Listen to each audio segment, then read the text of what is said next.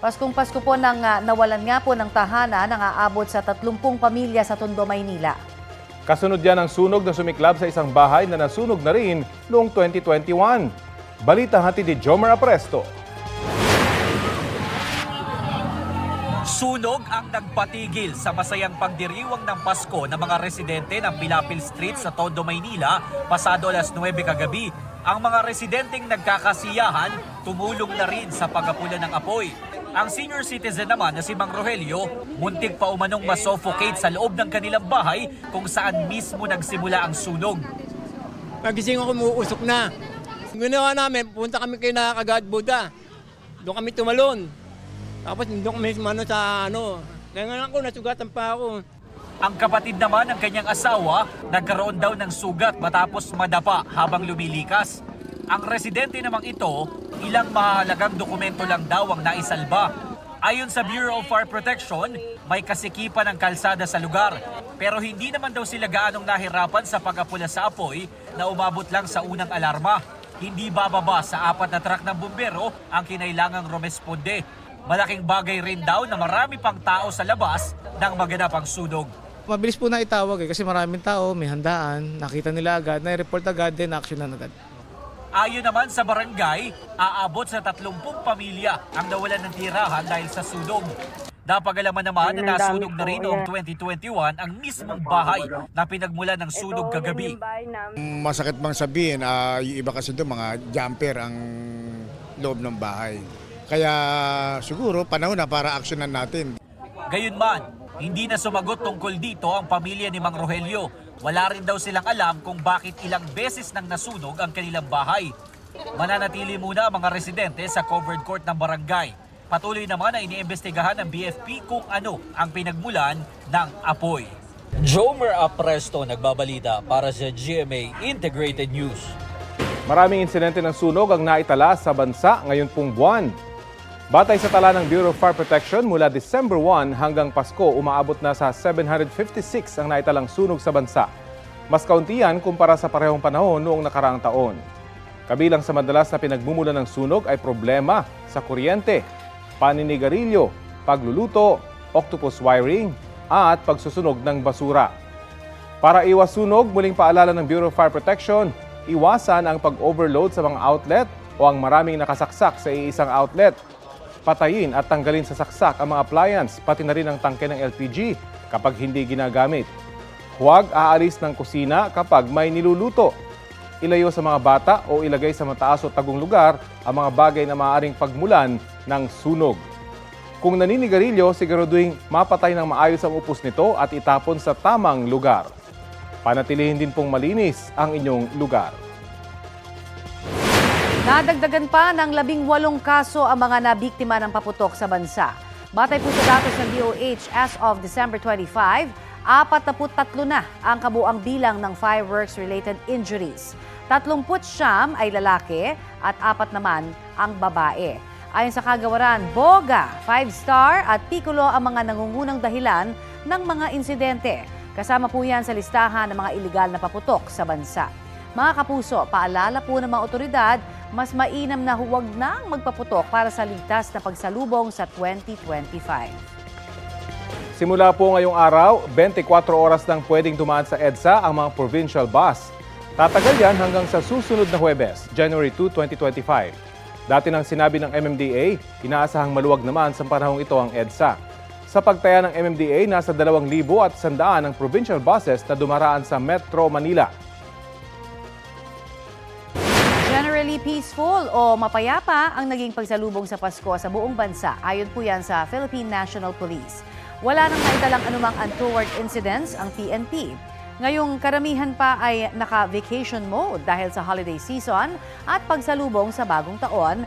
Patuloy raw ang pagbabantay ng pulisya at iba pang ahensya ng pamahalaan sa major transport terminals, malls, night markets at iba pang establishmento. Inulan ang ilang panig ng bansa kahapon, araw ng Pasko dahil sa easterlies at shear line. Kaya may mga residenteng hindi nakapaglibot, Pasko pa naman. Balitang hatid ni EJ Gomez. Malayo sa saya at ingay ng nagdaang mga taon, tahimik ang Kapaskuhan sa Turtle Island sa Bonggao, Tawi-Tawi. Dahil sa masungit na panahon, walang lumusong sa dagat sa isla. Ilang araw na rin inuulan ng ilang bahagi ng Laguna. Sa Paete, rumagasa ang baha sa pababang bahagi ng kalsada. Nagpasko ring lubog sa baha ang barangay Bulihan at Batuan sa Fami. Bukod naman sa pagbaha, nagka-landslide din sa ilang bahagi ng Quezon Province. Naitala ang mga iyan sa bahagi ng kalsada, sa barangay Magsaysay sa Infanta at sa barangay Lubayat sa Rial. Tuluyan na pong nasira ang aming karsada. Ito po, wala nang makakadaan ditong malalaking sasakyan. Hindi rin madaanan ang bahagi ng Sampaloc-Lokban Road. Nabitak ang parte ng kalsada matapos lumambot ang lupa dahil sa pag-ulan. Sama-samang iniaho ng mga rescuer at volunteer ang kotseng yan sa Santa Cruz, Marinduque. Sakay nito ang isang pamilya ng tangayin ng rumagasang baha habang tumatawid sa spillway roon. Nailigtas ang driver at kanyang anak habang pinaghahanap pa ang isa nilang kasama. Sa spillway din nangyari ang isang aksidente sa Lupi, Camarines Sur. Tumatawid sakay ng kanyang kalabaw ang isang lalaki nang tangayin sila ng baha. Matapos ang mahigit kalahating araw, bangkay na nang matagpuan ang lalaki. EJ Gomez, nagbabalita para sa GMA Integrated News. Mga kapuso, hindi gaya noong bisperas at sa mismong araw ng Pasko, mas maayos na lagay ng panahon ang aasahan dito sa Metro Manila ngayong Huwebes. Base po sa rainfall forecast ng Metro Weather, mababa ang tsansa ng ulan sa buong araw na ito sa Kamaynilaan. Halos buong Northern Luzon at malaking bahagi po ng Mindanao at ilang panig din ng Visayas ang uulanin naman sa mga susunod na oras. Ayon sa Pag-asa, asahan ang katamtaman hanggang malalakas na ulan sa Dinagat, Surigao del Norte, Surigao del Sur at Davao Oriental. Pinaalerto ang mga residente sa banta ng baha o landslide. Wala pong bagyo mga kapuso, hanging amihan ang magpapaulan ngayon sa Northern Luzon, sabi ng Pag-asa. Habang Intertropical Convergence Zone naman sa Mindanao at Palawan. Huli kam sa Barangay Kalsada sa Ligao, Albay. Makikitang binabagtas ng dalawang kotse ang magkabilang direksyon ng highway. Biglang kumabig sa kabilang lane ang isang kotse. Nagpreno naman ang kotse na nasa tamang lane pero nabangga pa rin ng nag-overtake na kotse. Ligtas naman ang mga sakay ng parehong sasakyan dahil sa mga airbag. Nagkaayos na rin ang dalawang panig. Ito ang GMA Regional TV News. Balita sa Luzon mula sa GMA Regional TV. Huli po sa akto ang tangkang pagnanakaw sa isang bisikleta sa Mangaldan, Pangasinan. Chris, anong nangyari? Connie, mabuti na lang at nahuli ng isang residente ang sospek kaya hindi tuluyang natangay ang bisikleta. Yan at iba pang mainit na balita hatid ni CJ Torida ng GMA Regional TV. Kita ang lalaking iyan sakay ng kanyang bisikleta sa Mangaldan, Pangasinan sa direksyon na papuntang Dagupan. Maya-maya, nag-U-turn siya para balikan ang isang bahay. Ang pakay pala niya, magnakaw ng bisikleta. Nakita siya ng residenteng si Noel Ferrer. Sabi ko sa kanya, bakit yan? Ano yan? Tapos sinakyan, tapos aalis na sana. Kaso nakakandado sa likod. Yung bike? Kaya hindi nakaalis. Saka flat yung bike. Hindi na nagsampa ng reklamo ang may-ari ng bisikleta laban sa lalaki. Sa San Nicolas, Ilocos Norte, patay ang isang rider matapos makabanggaan ang isang siklista. Batay sa investigasyon, biglang nang agaw ng linya ang rider ng motorsiklo at nabangga ang nakabisikleta.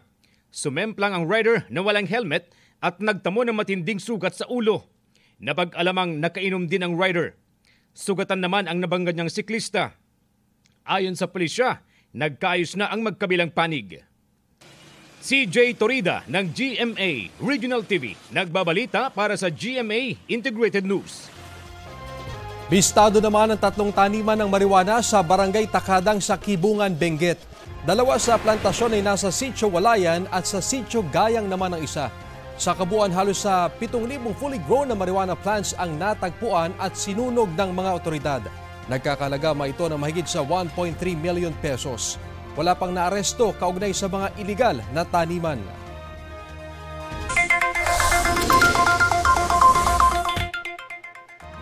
Sa mga mauuna ng mamili ng mga bilog na prutas na pampaswerte raw sa bagong taon, ito po ang presyuhan niyan sa Binondo, Maynila. 3 for 100 pesos ang persimmon, Fuji apple, orange at peras, pati na rin ang kiwi. 3 for 50 pesos naman ang lemon. 250 pesos per kilo naman ang seedless grapes, habang 300 pesos per kilo ang green at black grapes. Mayroon ding longgan at suha na taga 200 pesos per kilo. Ang pongkan, mabibili sa 150 pesos per kilo or per pack. 8 piraso na po yan. Ang blueberries naman, 250 pesos per pack na may 125 grams na laman. Sa ngayon po ay hindi pa naman nagmamahal pero inaasahan na raw yan na sisipa ang presyo po, lalo na sa bisperas ng bagong taon. Pinalalakas ng pulisya ang cyber patrolling para matukoy ang mga nasa likod ng tutorial video online tungkol sa paggawa ng boga. Kasunod dyan ang nahuli ng mga batang nagpapaputok ng boga sa Maynila. Ayon sa mga bata, natutunan nila ang paggawa ng boga sa social media. Pinatututukan na ng mga pulis ang pagpapahinto sa paggamit ng boga na kabilang sa mga ipinagbabawal na paputok ng PNP. Maaari kasi itong magdulot ng eye injury, pagkabulag, pagkasunog ng balat at sugat na pwedeng mauwi sa amputation o pagkaputol ng bahagi ng katawan. Kaugnay ng balitang yan, makakausap natin si PNP Anti-Cybercrime Group Public Information Officer, Police Lieutenant Wallen May Arancillo. Magandang tanghali po at welcome po sa Balitang Hali. Sir, good morning po and good morning din po sa lahat ng nakikinig at nanonood sa programa ninyo. Opo, kumusta po yung monitoring natin sa mga tutorial video ng paggawa ng boga na isa po sa mga pinagbabawal ng PNP? Yes po sir, ongoing po yung cyber patrolling and online investigation po natin dito sa mga videos na pinopost online and inimbestiga na rin po natin kung may mga violation po sila. And nakikipag-collaborate na rin po tayo sa mga social media platforms para mag-request po tayo ng takedown. And also po, ini-engage po natin yung mga taong in case nagbebenta po sila, ini-engage po ito para mahuli po natin sila. Ang alam ko po, bawal yung mga ganitong tutorial, lalo na kapag delikado yung ginagawa online. Hindi ho ba automatic na nadidelete ang mga ito? At ano sabi sa inyo ng mga online na social media platforms? Yes po sir, bawal po talaga, most especially nagbibigay po ito ng danger sa public.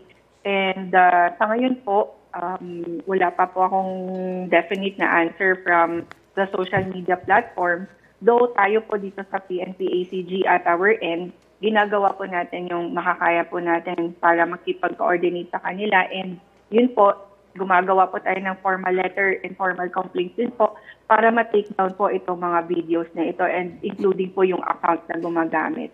Siguro mga magulang dapat ting tumulong at i-mass report ang mga site na ito. Maiba naman po ako, kumusta po yung monitoring nyo sa bentahan ng paputok online? Yes po sir, ongoing po yung investigation po natin dyan. In fact po sir, meron na po tayong 8 na operation since December 6 up to December 26, 2024. And 10 na po yung na-aresto natin. Also po, naka-confiscate na po tayo ng more than 76,000 po na mga illegal firecrackers. Opo, ang context po of course ito, kahit anong klase ng paputok, bawal ibenta online, hindi ho ba? Kahit yung mga legal, tama ho ba? Yes po sir. May it be legal or illegal na firecrackers po, bawal po ibenta online kasi una po, wala po silang permit from the Bureau of Fire and Protection, also po dun sa LGU mismo. And para sa safety na rin po ng public kasi hindi po natin alam kung saan nila to kinukuha or paano po ito ginawa, yung mga paputok na ito. And also po, sa online selling scam, pwede din pong gawin or gamitin itong means ng mga cyber criminals or scammers para po makapang-scam sa atin ngayong holiday season. Yun po ba nagde-deliver ng mga ito? May pananagutan din kapag alam nila ang dinideliver nila ay mga paputok na binili online? Yes po sir. Kasi po meron pong ordinance na binigay and also sa batas po natin yung proper transportation nitong mga firecrackers. Since po ito po ay nagbibigay talaga ng danger sa bawat tao na humahawak or gumagamit nito. And dun po sa mga nagbebenta online ng mga illegal firecrackers, yung possible violation po nila is yung sa Republic Act 7183, yun pong regulating na pagbebenta, or pag-manufacture and distribute po, and paggamit nitong mga firecrackers and other pyrotechnic devices po. So kung yung pagbebenta nila is ginamitan ng ICT or it was done online, mapapasok po ito sa Cybercrime Prevention Act of 2012, meaning mas mabigat po yung magiging parusa kumpara po doon sa traditional na pagbebenta nila. So doble na yung kanilang pananagutan dahil bawal na magbenta online, bawal pa yung kanilang ibinibenta. Yes po sir, tama po yan sir. Under po yan sa Section 6 ng ating batas sa Cybercrime Prevention Act. May possibility po na if they will be found guilty, magiging 6 years and 1 day to 12 years ang imprisonment po. Yung sa fines, hindi ko lang po sure kung magkano, pero depende din po yan sa gravity of the offense and also po sa appreciation na din po ng court.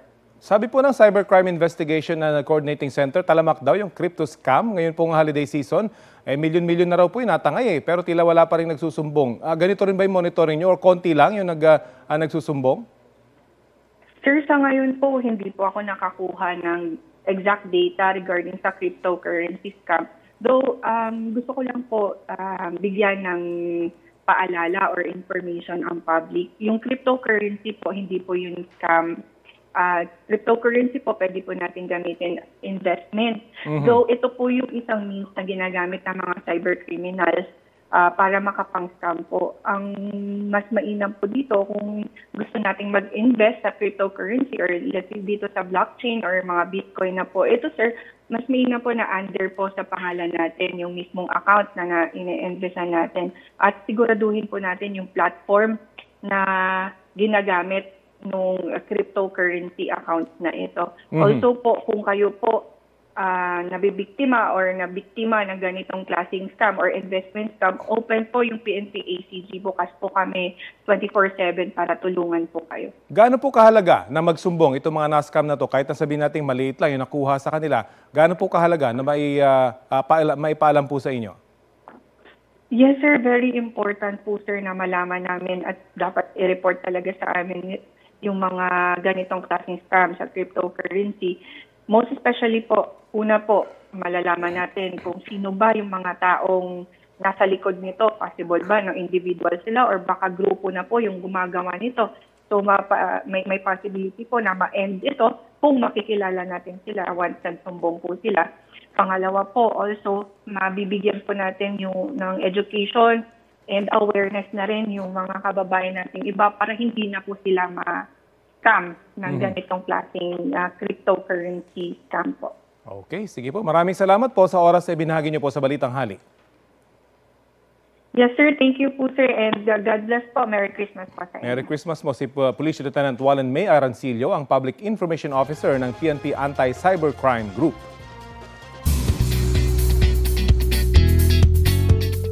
Pinilahan sa unang araw ng Metro Manila Film Festival 2024 ang kapuso entry na Green Bones. Sold out ang screening niyan kahapon sa ilang sinihan sa Metro Manila. Trending pa yan ang buong araw sa X, kasabay ng pagbuhos ng positive reviews mula sa mga nanood. Kaya bilang pasasalamat, sorpresa ulit ngayong araw sa ilang sinihan ang mga bidang, sina Dennis Trillo at Ruru Madrid. Kaisa naman sa panawagan ng suporta para sa MMFF entry si Pangulong Bongbong Marcos. Ang mga magagandang pelikulang kalahok ngayon, ang Golden Year ng MMFF, ay siguradong magbibigay ng gintong saya at mag-iiwan ng mga ginintuang aral. Ang kilikin po natin ang kwentong Pilipino. Suportahan po natin ang Metro Manila Film Festival 2024. Thoroughly reviewing o mahigpit na sinisiyasat daw ngayon ni Pangulong Bongbong Marcos ang 2025 national budget. Ayon kay Executive Secretary Lucas Bersamin, bawat item o nilalaman ng 2025 General Appropriations Bill ay tinitiyak na naayon sa konstitusyon. Nasa 6.352 trillion pesos ang inaprubahan ng Kongreso na national budget para sa susunod na taon. Nauna nang sinabi ni Presidential Communications Office Acting Secretary Cesar Chavez na sa December 30 inaasahang mapipirmahan ng Pangulo ang budget. Takaw disgrasya ang mga madudulas na mga kalsada tuwing tag-ulan. Payo ng eksperto, dapat iwasan ang hydroplaning. Kung ano yan, alamin sa balitang hatid ni Joseph Moro. Maulang Pasko ang naranasan ng marami, kaya kung hindi traffic sa kalsada dahil kasabay ang mga motoristang umuuwi sa kanilang probinsya, madulas na kalsada na takaw peligro naman ang panganib para sa ilan. Ayon sa isang road safety expert, lalo raw mag-ingat sa pagmamaneho kapag may panakanakang pag-ulan. Kung tawagin sa Tagalog, tikatik. Ayun, mas delikado pa pag ganun, sir? Mas delikado yun kaysa doon sa totally buhos. Yung tikatik, mas mas prone siya. Yung parang mga buha-buhangin na andun pa sa gitna. Mas madulas yun. Isa pang kailangang pag-ingatan na yung hydroplaning, ito yung nawawala na ng kontak ang gulong ng sasakyan. Sa halip ay tila nag-glide na siya sa tubig. Sa pagmamaneho tuwing umuulan, mahalagang bantayan ang bilis ng pagmamaneho. Kung basa ang kalsada, huwag magmotolin. Respetuhin ang mga speed limits. Ang pinaka-manageable dyan is 60, especially if you're in the expressway. Yun ang pinaka-safe kasi mas madali kang magre-react kung whatever hazard na meron sa daan. Bukod dito, siguraduhin din na may sapat na distansya sa sasakyan sa harap. At least one car difference talaga sila o yung range natin. Kapag medyo nakadikit ka, yung tendency noon, tapos may mali kang pwesto and then masyado kang close sa sinusundan mo sa sasakyan, the reaction will be different. Ayon sa Land Transportation Office, iwasan din ang biglang pagpreno, maging alerto sa mga water patches, makikintab na daan, at kamadahin kung kumakagat pa rin ang gulong sa kalsada. Kung nararamdaman na nawawala ang grip, dahan-dahang tanggalin ang paa sa accelerator para dahan-dahan itong bumagal. Paglampas daw sa madulas na daan, itap ang brake ng paunti-unti para matuyo ito. Sa pagsasaliksik ng GMA Integrated News Research at tala ng PNP Highway Patrol Group, mula Enero hanggang September 2024, may naitalang lampas 25,000 na mga aksidente sa daan sa buong bansa. 39.13% na increase na ito kumpara sa parehong panahon ng isang taon. Paano naman kung ikaw nga maingat sa daan pero kamote naman ang mga kasabay? Hindi naman natin kayang kontrolin yung mga nasa likod natin. Kaya natin kontrolin yung nasa unahan natin, kaya natin yan. Pero siguro ang pinaka-tip doon sa mga driver at rider natin, siguro be more aware sa mga rear mirror and side mirrors. Joseph Morong nagbabalita para sa GMA Integrated News. Kita ang dahan-dahang pagtawid ng 87 taong gulang na babaeng yan sa isang kalsada sa barangay Santa Cruz sa Cebu City. Maya-maya, huminto siya malapit sa pedestrian lane. Makikita sa kanyang kanang bahagi ang pag-atras naman ng taxi sa direksyon ng lola. Hanggang sa matamaan ng lola at matumba. Bumaba pa ang taxi driver at sinilip ang nakahandusay na lola. Pero tumakas din siya. Natuntuan at nasa kustudiyan na ng pulisya ang driver. Inamin niyang tumakas siya dahil sa takot na baka siya ay kuyugin. Nagpapagaling na ang biktima. Arestado sa Taytay Rizal ang isa sa mga most wanted ng probinsya. Tinutugi siya dahil sa kasong rape sa kanyang menor de edad na pamangkin. Balitang hatid ni EJ Gomez.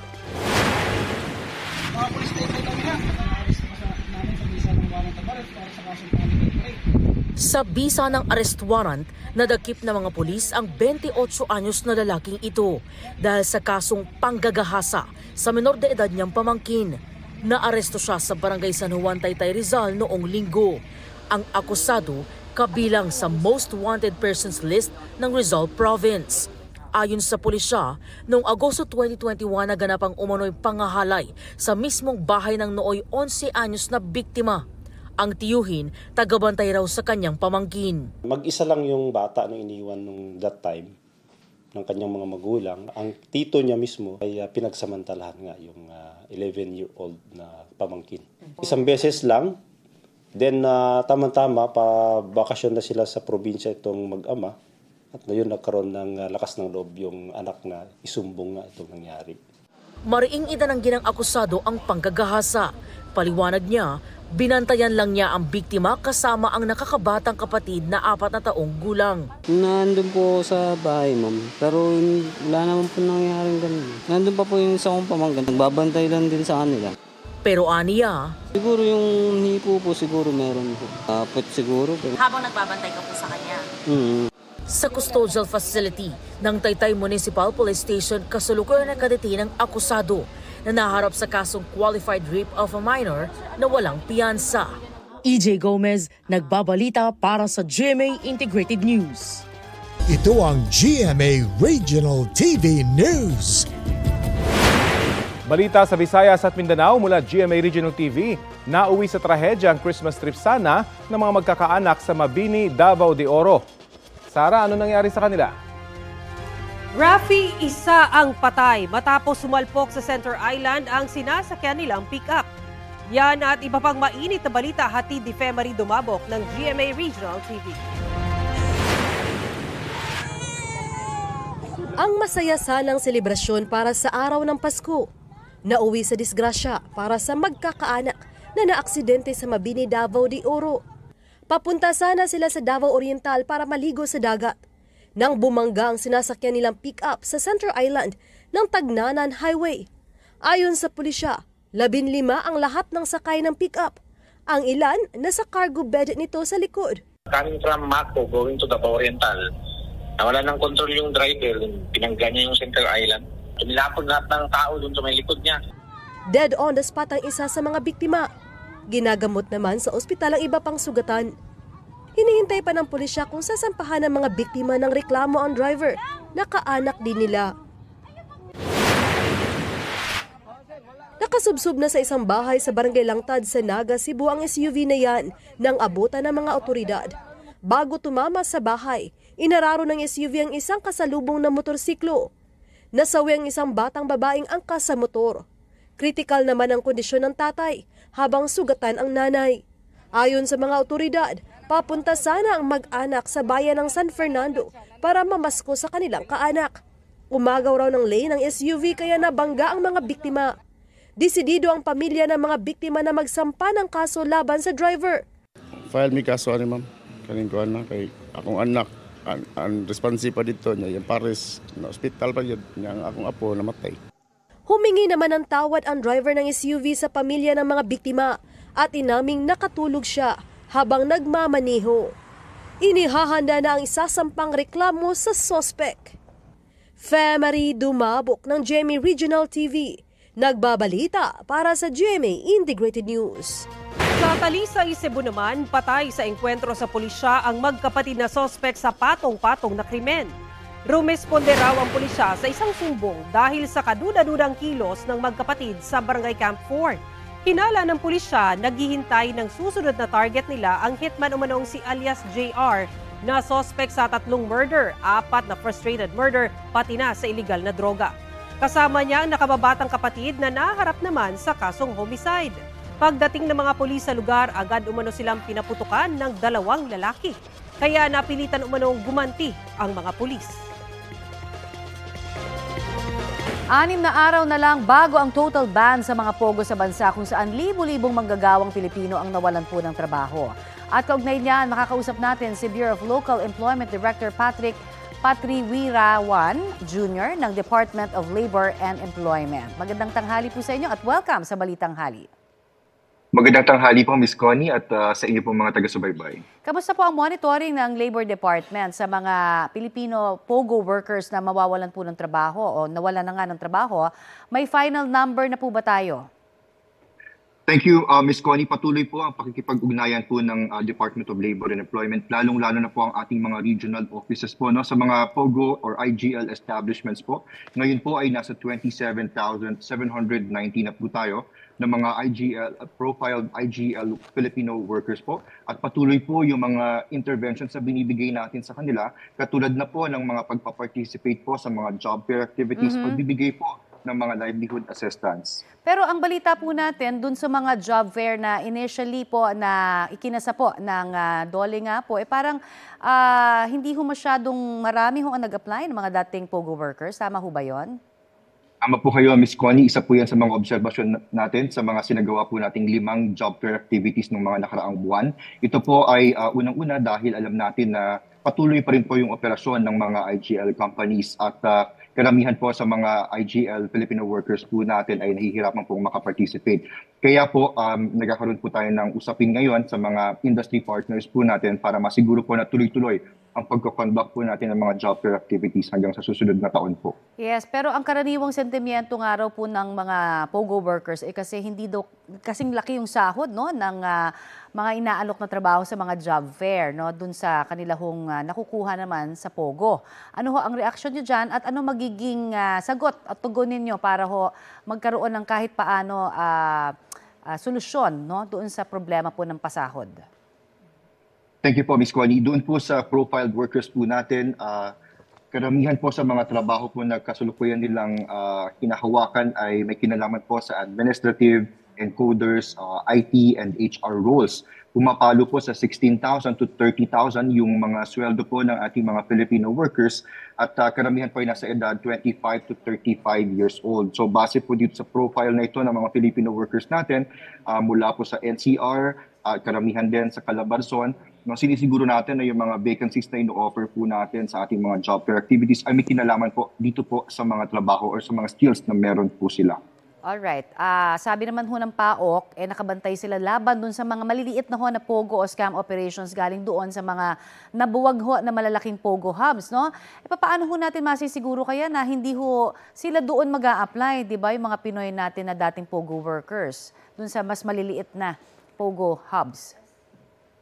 Yes po, ang Department of Labor and Employment po ay nakipag-ugnayan po sa ating mga Public Employment Service Offices. Sila po ang katuwangan natin sa pagsisiguro ng pagbibigay ng mga public employment services katulad po ng pagmamatch po sa ating mga kababayan sa mga available vacancies po sa kanilang mga kanilang mga locations po. Sa pamamagitan po ng ating mga pesos, nasisiguro po natin na yung mga establishments, yung mga companies po ay lehitimo at pati na rin po yung mga vacancies po na pinapakita po nila ay active po at maaari pong applyan ng ating mga kababayan. Alright, marami pong salamat sa inyo pong oras na ibinigay sa amin dito sa Balitang Hali.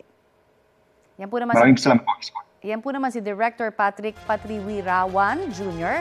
ng Department of Labor and Employment. Samantala, sa Baguio City, tuloy pa rin po ang pamamasyal ng maraming turista para ma-enjoy ang malamig na panahon. At may ulat on the spot si Bam Alegre. Bam!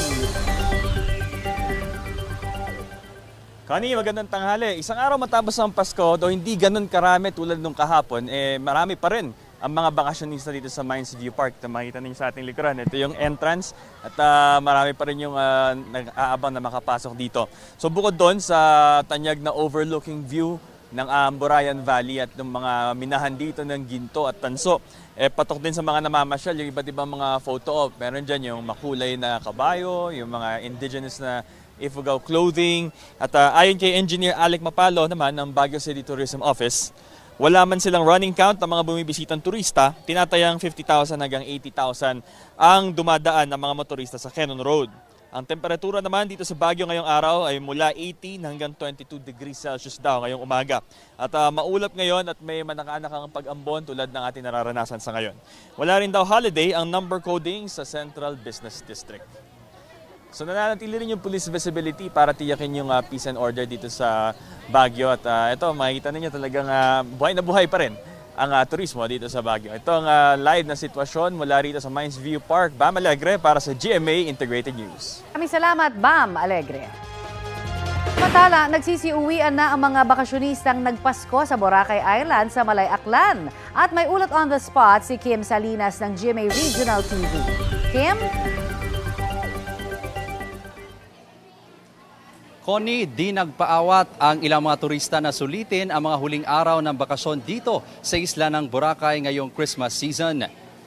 Kung kahapon ay naging makulimlim ang panahon, ngayong araw naramdaman na ng mga turista ang init ng panahon dahil sa pagsikat ng araw, lalong-lalo na sa beachfront area.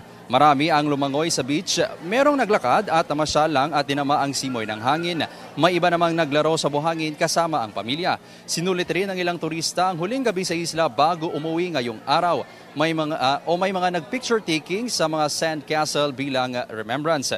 Dito sa Cagban Jetty Port sa Boracay Island, dagsa na rin ang mga turistang pauwi sa kani-kanilang probinsya. Ayon sa ilang turista, one of a kind ang bakasyon sa Boracay dahil nakapag-relax sila ng maayos at nagkaroon ng masayang pagdiriwang ng Pasko. Patuloy namang pinaiigting ng kapulisan ang kanilang presensya sa mga lugar kung saan nagtitipon-tipon ang mga tao gaya na lamang dito sa Cagban Jetty Port para tiyaking ligtas ang mga pauwing turista. Pinaalalahanan rin ang mga turista na maging mapagmatsyag sa paligid at siguruhing walang maiiwang mga gamit. Connie, sinisiguro naman ng Philippine Coast Guard na nasa maayos na kondisyon ang mga fiber boats na bumabiyahe upang maiwasan ang anumang aberya o aksidente. Connie? Maraming salamat, Kim Salinas ng GMA Regional TV.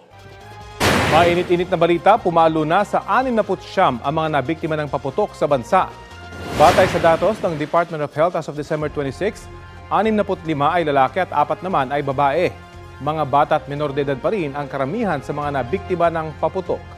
Kaya ang DOH may babala sa mga patuloy na gumagamit ng mga paputok o pailaw. Maaring masawi ang gumagamit ng paputok dahil sa malubhang kaso ng fireworks-related injuries. Posible ring maputol ang mga daliri, kamay o iba pang bahagi ng katawan. Para maiwasan yan, mas mainam po na manood na lang daw ng community fireworks display sa pagpapalit ng taon. Sa tuwing sasapit ang Pasko, pinakaabangan po ng marami syempre ng bawat pamilya o barkada ang Christmas reunion. Ang tanong, ano-ano nga ba ang mga gimmick o paandar sa ganyang pagtitipon? Balitang hatid ni Oscar Oida. Maaga pa lang, abala na sa pagluluto ang designated chef ng pamilya Garcia na si Marlon. Ito'y para sa kanilang nakagawiang family salo-salo tuwing December 25. Mana ko to kay Erpat tsaka kay Ermat. Pag mana na rin ng anak ko sa akin, masarap magluto Ang niluto ko, kare-kare, minudo, cordon bleu, lumpiang sariwa, lumpiang hubad. Yung iba pulutan papaitan, ganon. Siyempre, nakaalalay pa rin sa paghahanda ang mga OG ng mahigit 30 taong tradisyon, sina Lolo Max at Lola Coring Garcia. Natutunan namin sa magulang namin yung pakikipagkapwa lang. Yan lang talaga. Pinagpapasalamat ko sa lahat. Bago mag alas 11 ng umaga, ayan na, isa-isa nang nagdadatingan ang mga kaanak. Siyempre, bago ang lahat, magmamano muna. Yung pagmamano, hindi nawala sa amin. Mano ng apo, mano talaga. Sa ganitong pagtitipon, di raw nawawala ang mga palaro at pasiklaban. Ang mga apo, bigay todo sa pagyugyug. Why not? Pag na-impress sina lolo't lola, tatapatan ng malulutong na 50. Pag magaling talaga, ang premyo, dinodoble pa. Kaya tuloy, pati mga not so young, jumo-join na rin. Yung bata nagpapasaya sa bahay Yung maingay, nagtatawanan, Pagka kasama mo, mga bata, siyempre parang feeling mo, bata ka rin, Yun nga lang, di mawawala ang mga tito-tita hirits na marami ang allergic. Ang pinaka-allergic ako, yung kailan kayo ikakasal, ganon. Kailangan magkakajawa ulit. Masakit. Mag-iilang 3 taon na mula Parang addict daw, para daw po ang addict. Pero yun, nananaba, ganyan. Lalong gumaganda, ganun. Pero wala naman daw nagkakapikunan. Ang totoo nga raw, yung mga tampuhan sa ganitong salo-salo pa naaayos. Kung meron man mga hindi pagkakaintindihan, na pag-uusapan ng mas maigi kapag nakikita-kita yung buong pamilya. Mas nagiging malinaw yung lahat kung may hindi man pagkakaintindihan noon. At ang highlight ng reunion, syempre, ang bigayan ng aguinaldo. Dahil po natutupad po yung mga gusto namin. At saka po nagsasama-sama po kami buong pamilya. Dahil po kapag Christmas po lagi po kami nagkakasama. No wonder pinakaabangan ng bawat kaanak ang reunion ito. Salo-salo na kumpiyansa si Lolo Max magpapatuloy sa mahabang panahon. Kahit hindi mo na ituro yun, kung ano puno siyang bunga eh. Oscar Oida, nagbabalita para sa GMA Integrated News. Si dating Pangulong Rodrigo Duterte raw ang isa sa mga magiging abogado ni Vice President Sara Duterte para sa 3 impeachment complaint na inihain laban sa kanya. Nagkausap kami, bago lang, sabi niya na since hindi ko tatanggapin yung pera, mag-lawyer siya para sa akin. Yes, he'll be one of the lawyers for all the cases. Sinabi yan ng bise sa panayam ng media sa Davao City. Handa raw siyang harapin ang mga impeachment complaint laban sa kanya at naninindigan siyang wala siyang nilabag na batas. Ang mga impeachment complaint laban sa bise ay kaugnay sa umano'y maling paggamit ng confidential funds ng Office of the Vice President at Department of Education. Dati na iginiit ng bise na walang naging maling paggamit sa confidential funds.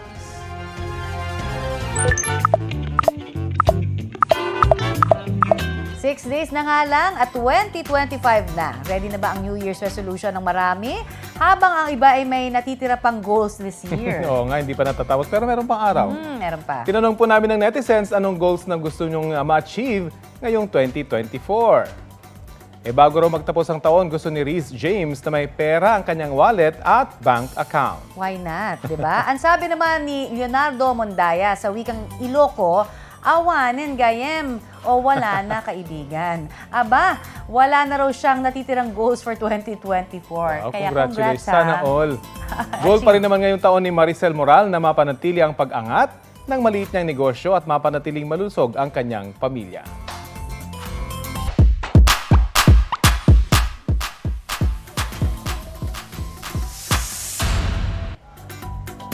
Oh, hindi pwedeng tao lang ang merry ang Pasko. Kaya mga alaga sa isang zoo sa Rome, Italy, hinandugan din ng regalo.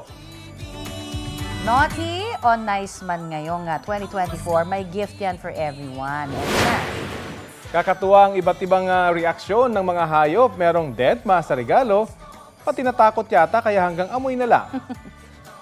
Hindi rin curious ang ilan, kaya iba ang napagdiskitahan. Ang pares ng unggoy naman, chill lang at diretso sa mukbang. Pero sa sobrang excitement ng isang tigre, siya na ang nabalot sa wrapper. Ayun no, sari-saring treats at surprise ang laman ng bawat regalo. Bahagi po ito ng programa na layong panatilihing active ang zoo animals. Kaya, wow na wow! Sana lang walang plastic dun sa mga ginamit na wrapper. Ay, tama naman. Oo, yung pagkain dapat. Ito po ang Balitang Hali. Bahagi kami ng mas malaking misyon.